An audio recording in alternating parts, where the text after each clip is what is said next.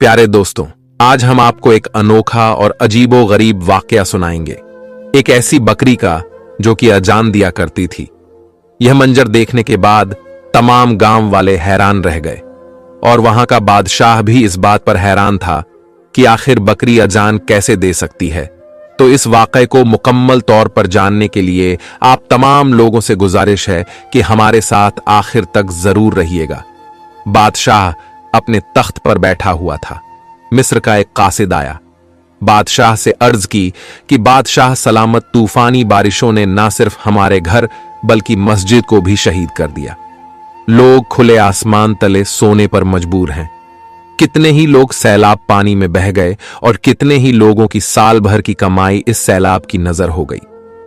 बादशाह यह बात सुनकर बड़ा परेशान हुआ और बादशाह ने फैसला किया, न सिर्फ वह इस शहर के लिए अमदाद भेजेगा बल्कि वहां तशरीफ भी ले जाएगा। मगर जो अगली बात कासिद ने बादशाह को बताई तो बादशाह बड़ा हैरान परेशान हुआ और कैसे से कहने लगा, क्या तुम यह सच कह रहे हो? तुम्हें कोई गलत फहमी तो नहीं हुई? बादशाह की यह बात सुनकर कासिद नीचे सर झुकाकर अर्ज करने लगा, बादशाह सलामत, मैं आपके सामने झूठ बोलकर गुनाहगार नहीं होना चाहता और यह बात सिर्फ मैं ही नहीं बल्कि पूरे मिस्र वाले कह रहे हैं। दूर दूर से लोग वहां पर माजरा देखने के लिए आ रहे हैं। वह बकरी आम बकरी जैसी बिल्कुल नहीं है और अजान का वक्त होते ही जो कुछ वहां होता है कि सभी मुसलमान रोने लगते हैं। बादशाह यह सुनकर मजीद हैरान हुआ, आखिर यह माजरा क्या है? जब तक वह अपनी आंखों से यह सब न देख लेते तब तक उन्हें यकीन करना मुश्किल था। लोग इसको मोजिजा और करिश्मा कह रहे थे क्योंकि इस बस्ती में बारिश से इतना सैलाब आया कि लोगों के मकान, जानवर सब इस सैलाब में बह गया। लोग रोते बिलखते कहने लगे, अल्लाह ताला ने यह हम पर अजाब नाजिल किया है। यकीनन हमसे कुछ तो ऐसे बड़े गुनाह हो चुके हैं जिसकी वजह से अल्लाह ताला ने यह आफत हम पर नाजिल की। उसी इलाके में एक चरवाहा रहता था जो कि अब बूढ़ा हो चुका था। गरीबी इस कदर थी कि उसका मकान भी जाया हो गया और उसका माल भी जाया हो गया था। वह चरवाहा लोगों से कहने लगा, हमसे शायद कोई गुनाह सरजद हो चुके हैं। अल्लाह ताला हमसे नाराज हो चुका है। हम लोग खरीदो फरोख्त में और पैसे की लालच में इस कदर आगे बढ़ गए हैं कि मस्जिदों को वीरान कर दिया। चलो चलो मस्जिद में चलो, अपने रब की इबादत करके रब को राजी करना चाहिए। तकरीबन 50 से 60 लोग थे जब करीब की मस्जिद में पहुंचे ताकि वहां पर नमाज अदा कर सके, अपने रब से माफी तलब कर सके। अभी वह लोग मस्जिद में ही पहुंचे थे कि एक बार फिर तेज आंधी तूफान शुरू हो गया और मस्जिद की छत गिरने लगी। हर जगह कीचड़ हो चुका था। कुछ लोग ऐसे थे जो साबित कदम रहे, अल्लाह ताला के हुजूर इबादत करते रहे, लेकिन बाकी लोगों को यह खौफ आने लगा था कि अगर मस्जिद की छत गिर गई तो हम लोग नीचे आकर ही मर जाएंगे। डर के मारे वह लोग मस्जिद से निकल गए और कुछ देर बाद मस्जिद भी उस तूफान की नजर हो चुकी थी। मस्जिद शहीद होने की वजह से लोग धड़े मार मार कर रोने लगे। उनका कहना था, कयामत आ गई है। लोग खुले आसमान के तले आ चुके थे। वह मस्जिद उस इलाके की सबसे बड़ी मस्जिद मानी जाती थी। लेकिन जब मगरिब का वक्त आया तो ना मस्जिद बची थी और ना ही मोजीन बचा था। सब लोग सर झुकाए बैठे रो रहे थे। अजान का वक्त हो चुका था लेकिन अभी तक अजान नहीं हुई थी। तभी देखते ही देखते एक तरफ से अजान की आवाज गूंजने लगी। अभी भी बारिश तेज हो रही थी और तेज हवाओं की वजह से गोया अजान सब लोगों के कानों में मजीद रस घोल रही थी। अजान की आवाज सुनकर लोग इधर उधर देखने लगे और मस्जिद से तो आवाज भी नहीं आ रही थी। यह कौन था जो अजान दे रहा था? लोग एक दूसरे का चेहरा देखने लगे। आखिर यह आवाज कहां से आ रही है? सब लोग हैरत से उठे और उस जानिब जाने लगे जहां से यह अजान की आवाज आ रही थी। जब एक घर के बाहर पहुंचे तो उन्हें आवाज मजीद बुलंद आने लगी। शायद इस घर में ही कोई शख्स मौजूद था जो अजान दे रहा था। एक शख्स ने धीरे से घर का दरवाजा खोला तो सामने जो मंजर देखा उसके होश उड़ चुके थे, क्योंकि सामने सहन में एक बकरी बंधी हुई थी। वह कच्चा मकान था और वह बकरी बड़ी ही अजीबोगरीब सी थी। लोग इस घर में दाखिल हो गए। उस घर के मालिक को आवाज देने लगे, लेकिन फिलहाल कोई भी बाहर नहीं आया। वह लोग देखने लगे, आखिर अजान दे कौन रहा है, लेकिन आवाज उसी बकरी के पास से आ रही थी। लोग हैरत ज़दा नजरों के साथ उस बकरी के करीब जाने लगे। जैसे ही उस बकरी को करीब से देखा, जो कि एक आला नस्ल की दिखाई देती थी, कद काठ में इंसान के कंधे तक आ रही थी, लोग उसके आसपास से घूम कर देखने लगे। इससे पहले कि उसे कोई छू कर देखता तो अंदर से आवाज आई, खबरदार, इसे छूने की कोशिश मत करना, अगर तुमने इसे हाथ लगाया तो बहुत पछताओगे। वह शख्स जो उस बकरी को छूने लगा फौरन अपना हाथ पीछे खींच लिया। सामने कमरे में से एक बूढ़ा शख्स लाठी के सहारे चलता हुआ बाहर आया। फटे पुराने कपड़े उसके जेबे तन थे और यह बुजुर्ग वही चरवाहा था जिसकी बकरियां सैलाब की नजर हो गई थीं और सिर्फ एक ही बकरी इसके पास बची थी। यह चरवाहा बहुत सख्त मिजाज का था, इसीलिए गांव के लोग इससे कतराते थे और दूर ही रहते थे, क्योंकि वह इस कदर मगरूर आदमी था। इसी वजह से लोग उसकी इज्जत भी नहीं करते थे। जब से इस शहर में तूफान आई थी तो यह चरवाहा उस बस्ती से ही गायब हो चुका था और गांव के लोग अक्सर मजाक में यह भी कह देते कि बूढ़ा पता नहीं क्या कब्र की नजर हो चुका है, क्या इसकी मौत हो गई है। लेकिन उस शख्स को अपने सामने जिंदा देखकर हर कोई इस बकरी से पीछे हट गया। एक शख्स कहने लगा, चाचा क्या यह बकरी तुम्हारी है?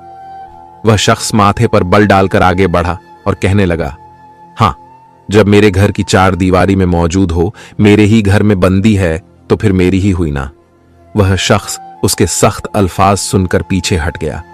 अब वह चरवाहा गुस्से से अपने कमरे में जा चुका था, लेकिन अजान की आवाज उस बकरी के पास से यूं ही आ रही थी।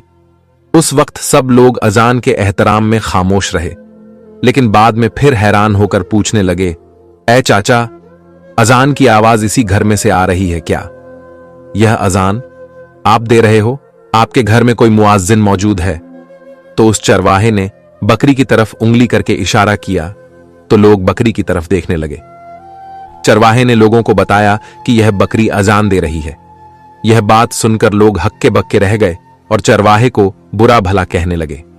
चाचा, तुम सटिया गए हो, माना कि तुम्हारी उम्र हो गई है, लेकिन यह तुम क्या कह रहे हो? एक बकरी अजान कैसे दे सकती है? अब तो हद हो गई। हम तेरी शिकायत बादशाह को लगाएंगे कि तुम नाजेबा इल्जाम बकरी पर क्यों लगा रहे हो। उनकी यह बात सुनकर चरवाहा अपनी बकरी के नजदीक आया और कहने लगा, यह खुदा की मखलूक नहीं क्या? अल्लाह ताला ने इसको हलाल जानवर करार नहीं दिया? तुम इसका गोश्त नहीं खाते और यह तो खुदा का बड़ा मोजीजा है। मेरी बकरी अजान दे रही है। कल रात ही मैंने ख्वाब में यह मंजर देखा। लोग दूर दूर इलाकों से मेरी बकरी को देखने के लिए आ रहे हैं, लेकिन मुझे यह नहीं मालूम था मेरी बकरी पर अल्लाह ताला की खास अता हो जाएगी और यह अजान देने लगेगी।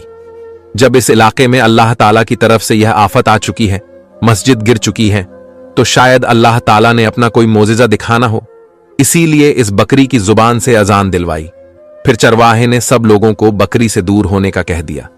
चरवाहा कहने लगा, कोई भी मेरी बकरी को हाथ ना लगाए, बस दूर दूर से बकरी को देखें। आहिस्ता आहिस्ता यह बात दूर दूर के इलाकों तक जंगल की आग की तरह फैल गई। ईशा की अजान का वक्त हुआ तो एक मर्तबा फिर अजान की आवाज गूंजी।